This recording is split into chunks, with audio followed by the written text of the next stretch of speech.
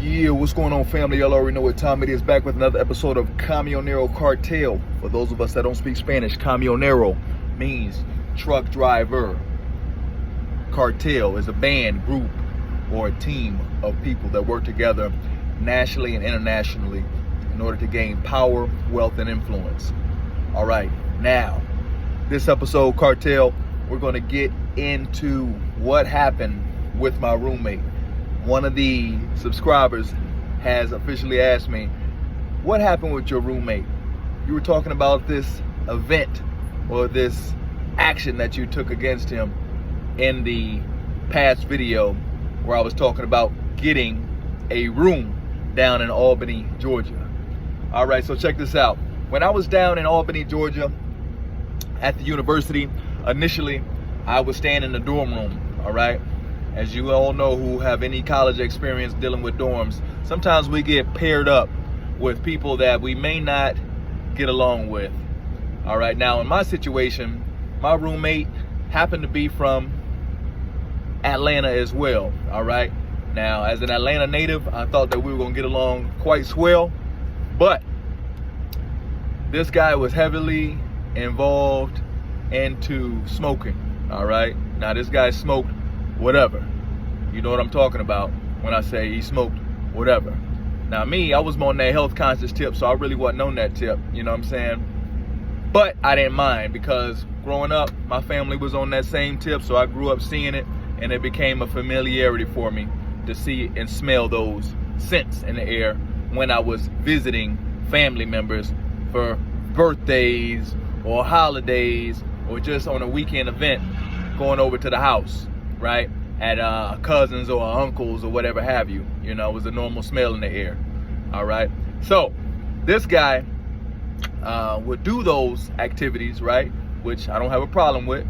But what I did have a problem with was when he came back into the dorm room and he hit himself with that old blunt powder. Man, if you all don't know anything about blunt powder is extremely strong. All right, and it takes forever to get that smell out of the air, and it takes forever to get that scent out of your clothes, right? And this guy would overdo it, man. He would come in my dorm room in the beginning of the day and at the end of the day and hit his clothes and the air around himself with about 10 freaking sprays of blunt powder. And that right there was agitating to me, man, because we're right here pretty much in a normal sized bedroom setting, but we have to split it down the middle, right? His bunk bed was on one side, mine was on the other side, all right? So by the time I got his scent out of the air, all right, in the middle of the day, when you finally started to see that blunt powder would start to subside a little bit, he would come into the room and hit himself again with about 10 more sprays of the blunt powder. And I would try to tell him in a very sweet, suave way, hey man, you ain't even got to hit yourself that hard with that blunt powder, you know, because 1 or 2 sprays, man, and the women can smell it. He'd be like, man, these girls love it, man, they love it, you know what I'm saying? And I got my way of doing things. The women love how I smell when I come into the cafeteria on campus. You know, I smell like chocolate chip cookies, you know, and they love it. And I be like, all right, man, you know. But, you know, it's a real strong smell. You know, it kind of gets all over everything. My bed smells like blunt powder now. My clothes smell like blunt powder, and I don't want to smell like blunt powder. You know, I got my own scents and all that. So he pretty much shrugged me off, you know. Slowly but surely, this began to agitate me, right, and push me to another level in the dorm room environment with this guy. All right. Another thing I didn't like about this dude, man, was real junky. He wasn't as organized as I was, right? On my side, I had plants, right? I had my incense. I had my computer, my desktop, my desktop computer with the Jamaican music, because I was real heavy into Jamaica at that time. Very cool, relaxed environment on my side of the room. But on his side of the room, you know, he was straight street music, you know, and I really wasn't on that tip, man. I was really trying to relax and trying to really just calm down and use my room as kind of an oasis, not like a party scene. You know, so this guy would leave his clothes all over the floor, all over the bed, the room unorganized, and at the same time he would hit himself with blunt powder, change the whole atmosphere of the room. So when I opened up the door, right to the left, first thing you saw was his junk all over the place. And then you smelled this freaking blunt powder. So this guy, one day, his items, all right, began to kind of creep over on my side of the room. All right, now, as the weeks progressed and I saw his shoes and stuff started to creep their way over into mine, I would just rudely, right, but understandably kick his things and throw his things back over on his side of the room. But one day, I noticed that this guy, he had contacts. He wore contacts. And he had contact solution, right? If you all don't know anything about contact solution, right, so it comes in a little white bottle, right, and it comes like it's a contact cleaner, right, because you have to keep your contacts clean because you'll get an eye infection, right, if you don't keep your contacts clean, right? And if any of you know about conjunctivitis, all right, it's not something to play with. It makes your eyes swell up, your eyes are red, you get all the mucus and stuff all in your eyes, and it's difficult to see. Okay, so this guy has spilled contact solution over on my side of the desk that we had, because he had his computer on one side and my computer on one side. Like I said, it's like a bedroom, but it's split down the middle. Just like I have two beds in here. So if this bed is on this side, I want you to imagine the upper bed is on the right side of the truck, and the bottom bunk is on the left side. All right, so you got a line right down the middle. All right, so this contact solution that this guy had spilled over on my side next to my laptop, right, which is extremely cleaned down. I keep everything wiped down, beautiful, right? But this guy took his contact solution, now I don't know, poured it out of his eye or out of his contact lens case, and spilled over and dried on my side of the desk. So I said, brother, when he came in, I said, brother, excuse me, you spilled some contact lens on solution on my side of the desk. And he had his friend with him at the time, all right? And he said to his friend, man, I don't know what this dude talk about, man. He a sucker duck at N-word, so I'm like, okay, all right, that's what time it is. So when he rolled out after hitting himself with about 10 sprays of that blunt powder again, all right, which truly set me over the edge, I said, all right, I need to show this guy what time it is, because apparently he thinks I'm a chump. So I didn't know exactly what I was going to do at that time, but I knew I had to get him back. I had to teach this guy a lesson, not to mess with people that don't mess with you. Otherwise, karma will find you, okay? And if those of you all that don't know what karma is, it's pretty much the philosophy that what you do unto others will come back onto you, right? You do bad unto others, bad will come onto you. You plant an apple seed, you will receive an apple tree. You plant poison ivy, then poison ivy will grow, all right? So this guy was planting poison ivy. I decided to give him what he desired, all right, which is a poison ivy vine. In this case, I went on his side of the room while he was not there, grabbed his contact lens, okay, grabbed his contact lens case, all right, and the dirt and the dust that was in the corner of the windowsill, right, that I couldn't get to with a regular normal washcloth, right, I took some tweezers and pinched a little bit out of the corner and put it inside his contact lens water, right, and stirred it around to the point where you couldn't really see, right, that there was dust in there, all right. After that, I grabbed that contact lens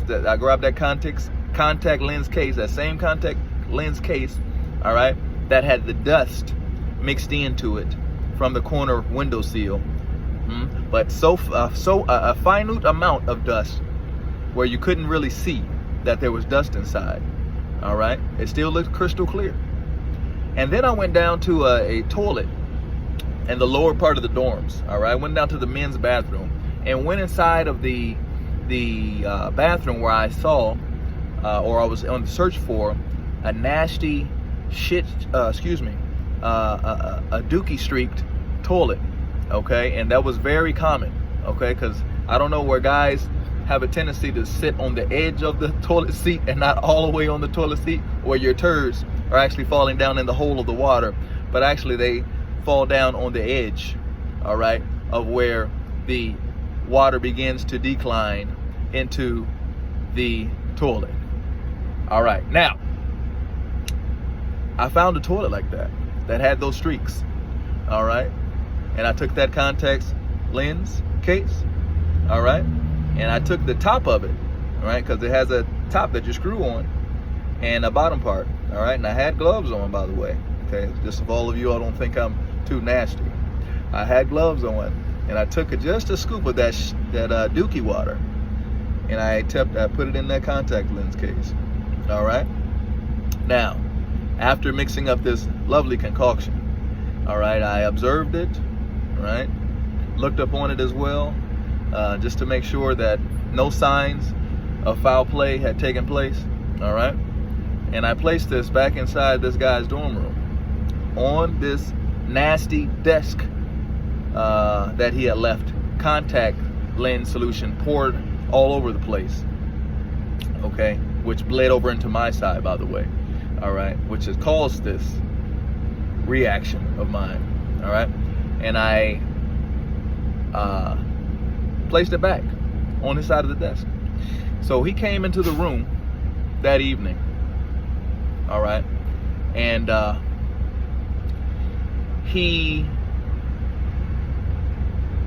took out his contacts, put them inside this dirty solution. All right, and laid down and went to sleep. And then when he woke up the following morning, before he sprayed himself with 10 sprays of blunt powder spray, after I had told him not to do so because it's so powerful that it overtakes the entire room, all right? And I do not want to smell that all day long, okay? He did it anyway. And after that, he put those contacts in. That night, he came back late at night. I had no idea whether or not my plan had worked or had irritated his eyes or anything. Maybe it did, maybe it didn't, I don't know. But he came back that night, all right, and was dog sick. He was sick as a dog, all right? He was throwing up all over his bed. He was throwing up in the trash can. He was trying to go to the bathroom down the hallway to throw up, but didn't make it. So he, threw up in his pillowcase. Okay.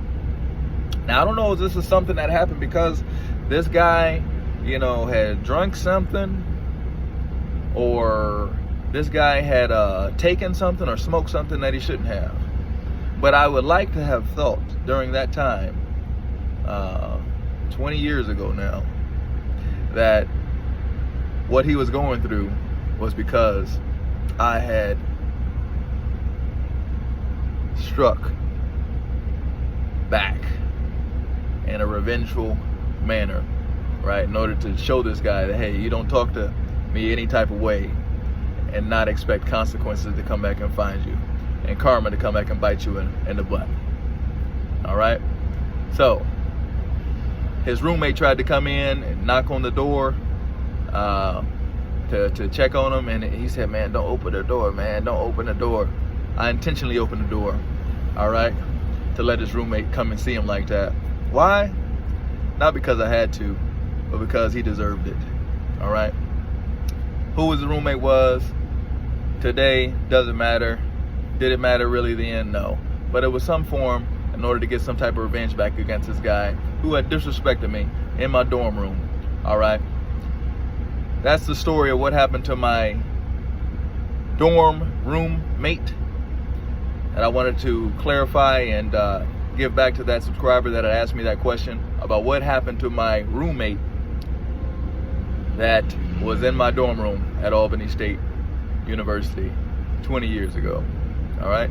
So, as always, family, besides that story, I want you all to make sure you stay focused, keep your mind on your money, stay out of negative environments, stay away from negative people, and stop listening to negative music unless you're exercising. If you're exercising, you can use it to get yourself a nice pump and get that adrenaline rush.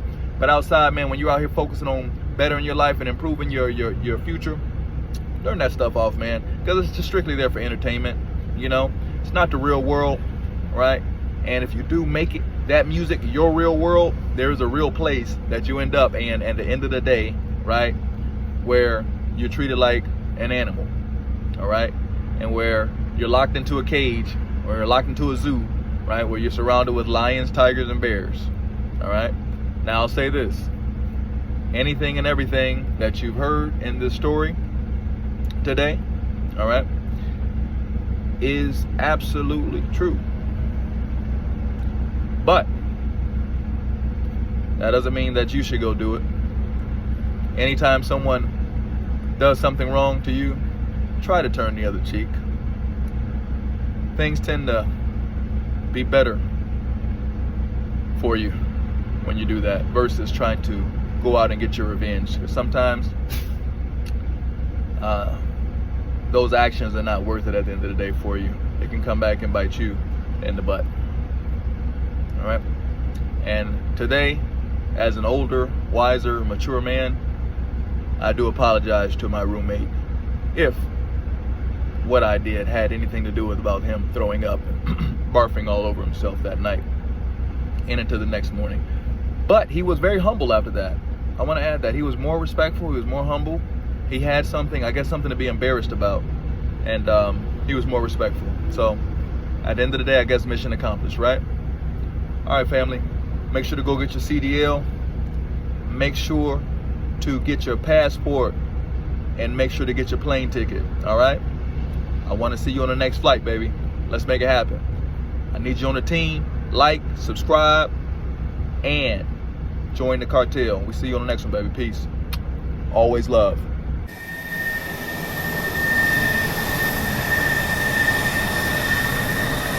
Thank you for flying Camino Cartel Airlines. Welcome to Colombia. The weather is currently 78 degrees. If you look out the window, you can take in absolutely amazing scenery in the plane. Please, when you exit the plane, don't forget to grab all your belongings and look behind you. Have to make sure that you have not forgot anything.